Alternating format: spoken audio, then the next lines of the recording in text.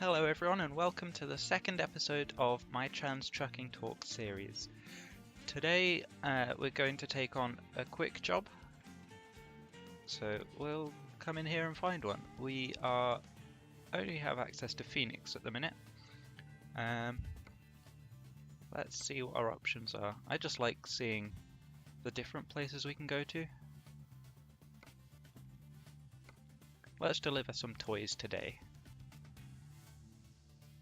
So we have taken the job, we'll be spawned into the truck soon. I should have had all my controls sorted from the last episode, so that should not be an issue today, hopefully. We'll just wait for it to load here. Here we are.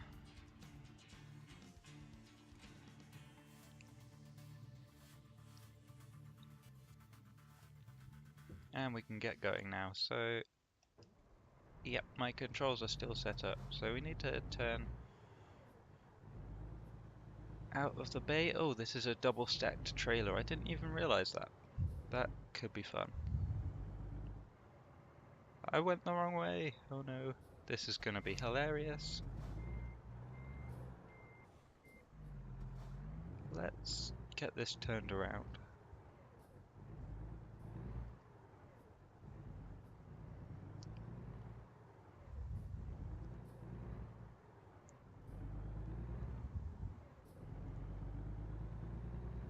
Okay, we successfully navigated that. Now we just need to leave the view. Check for traffic. There are cops there. There's something coming from this way.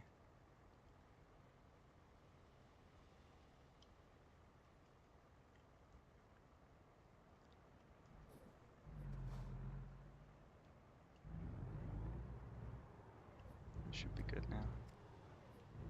I should have signaled earlier than I did, and I need to pull into that lane a little so I don't get caught on the fence. So this episode I'll be talking about my transition so far, from the 2 years from when I went to my GP, or no, 1 year from when I went to my GP roughly, until I got my first appointment with the gender clinic, and then I've been going for quite a while now. I think I really can't remember.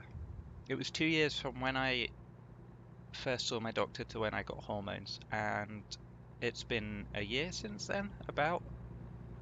So yeah. Let's just turn down here. So I first went to my GP not long before my 21st birthday, I think. And my GP was fantastic about it, thankfully.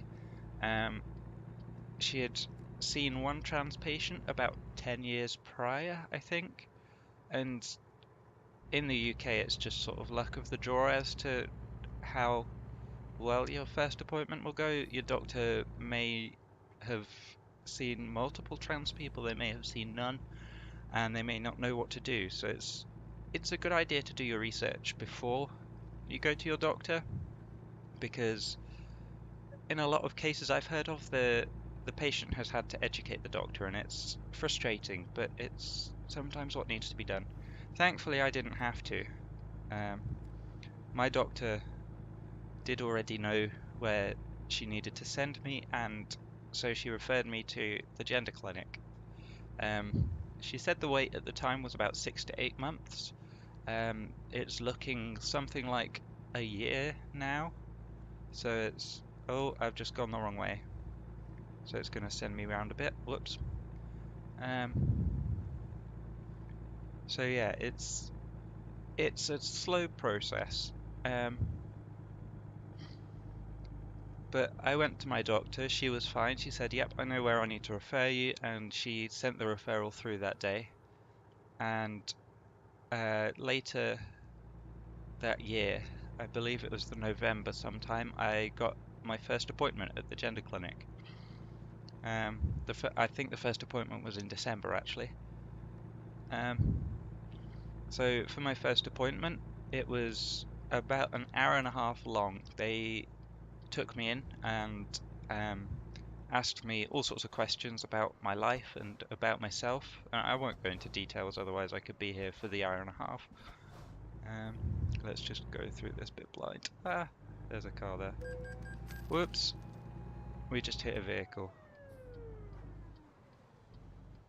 I maintain that is, well, that probably is my fault. Whoops. This one's waiting for us, how nice. Um, so, yeah, the first appointment was a general assessment of my health and my mental health, and of my experience with being trans up until that point. So the the psychologist who saw me there was wonderful. She was lovely and supportive and helpful, and has never once called me by my dead name, which is an important thing to me. My dead name for me carries with it a lot of dysphoria, um, so it was important to me that she didn't use it, and she's called me by my chosen name ever since I've known her. I had my first appointment with her, and then a second similar appointment with um, a different psychologist, so that they can. Um, I'm not entirely sure why they do it with two different ones, um, but they do. And then my third appointment, my dad travelled to meet me where my clinic is, and he sat in on that appointment because their policy is the parents can do that. And that way he was able to ask questions for him and my mum um, that they weren't necessarily sure about or that they wanted to know about. So that third appointment was fairly stressful because um, I'd been told by a few people that the third appointment was often when they started talking about hormones, but the clinic weren't willing to start talking to me about hormones at that point. Um, they said I wasn't far enough with my social transition, and um, there were a few things they wanted me to do before they were willing to give me hormones. Um, so the that was a fairly stressful time for me. Um, and looking back, I think I would have still preferred to start hormones then, but obviously that was against their policy, so they didn't start me on them.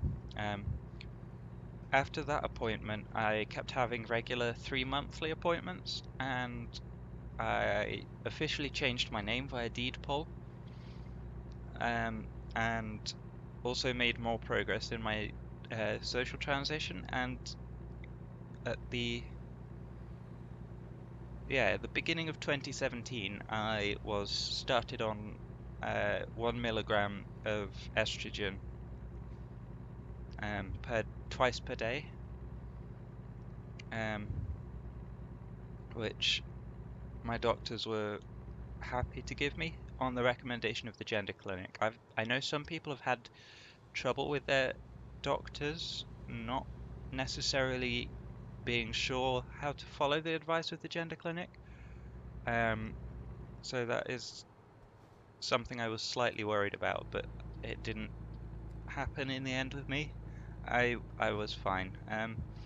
Since then, I'm now on I want to say 2 milligrams twice daily. Yeah, of estrogen, and I have a monthly at the moment blocker injection because over here they do it via implant. So they inject a small device into you just under the skin of your stomach, um, and that slowly releases a chemical that shuts down everything that produces testosterone in your body. So I've just recently had my blood test to check the levels of hormones since I've started these blocker injections, and my next appointment is in a few days, so we're hoping the blood test results will be good and we can progress from there. If my estrogen is still below desired levels, they could push it up further, The clinic have said they can do that. So uh, we're, we're going to see how things are and then take it from there. So I'm happy with how my transition and how my relationship with the clinic has been. They've always been fantastic. No one at the clinic has ever spoken my dead name. Um, Before I officially changed my name and told them my preferred name, um, they used to just use the first initial, which was enough to identify me, but without causing me any dysphoria, which was fantastic and honestly made me feel really welcome there. Um, so each appointment now is just a general checkup appointment usually, and oh, I need to turn out of this lane a second. Let this go past. So each appointment now is a general checkup. It takes about 20 to 40 minutes, depending on the day and depending on how much both of us have to stay. And it's just to check that I'm not having any adverse effect from the hormones or from blockers or anything like that. Um, we also talk a bit about my mental health while I'm in the appointment, but that's been fairly steady recently, so it's not too difficult in for the most part to talk about. So the sessions are easy enough. It does take most of the day to travel there and back for my clinic appointments because I need to get a train that's an hour long and the train runs every hour. And to make sure I can make it to the clinic on time from the city centre, I need to get the train that arrives an hour and a half before my appointment. So on the days where I have clinic appointments, I'm often sat doing nothing in a cafe for a while before. Um, but it gives me plenty of time to think over anything I need or want to say, which is fantastic. Um, so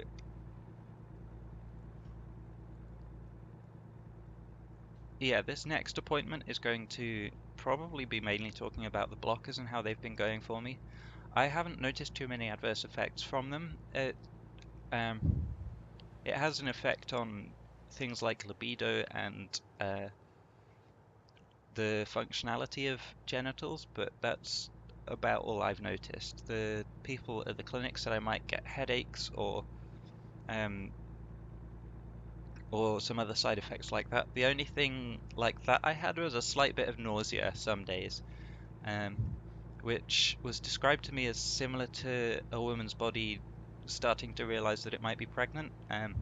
My body, the only way it can rationalize the levels of hormones inside it is if I were to be pregnant right now, which obviously I'm not, but that's what my body seems to think, so there is a chance of morning sickness happening, which did a little bit for me, but nothing too severe, thankfully.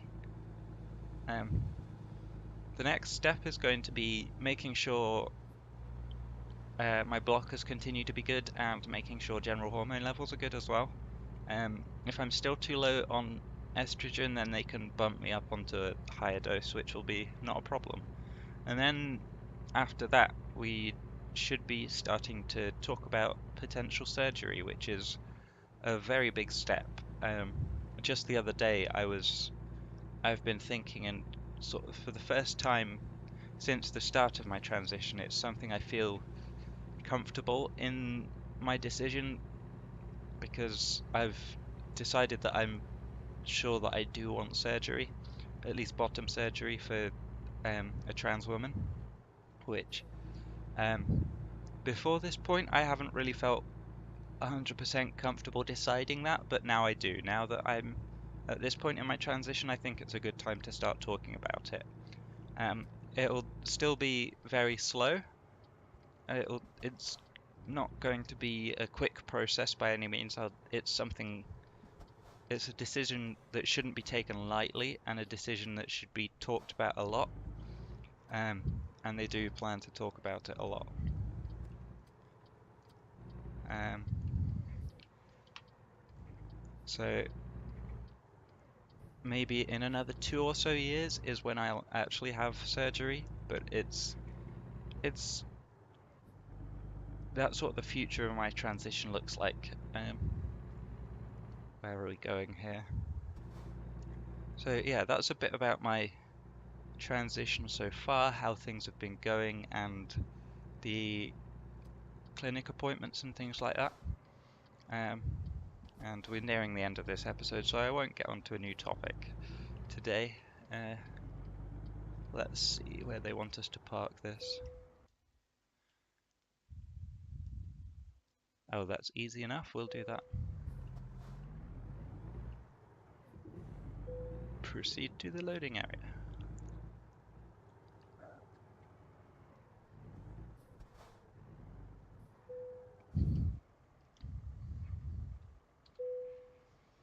Now we'll just decouple the trailer. There we go. We've completed the delivery, no damage, and got a trailer parking bonus. That's leveled us up, so we'll choose our first level. I like going long distance fairly early because it just means you can do longer jobs and get a bit of bonus money.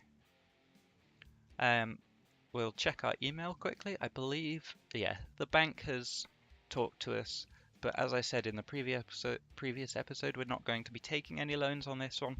This is more just about driving and talking, so it's not important to me that I have my own truck in this as soon as possible.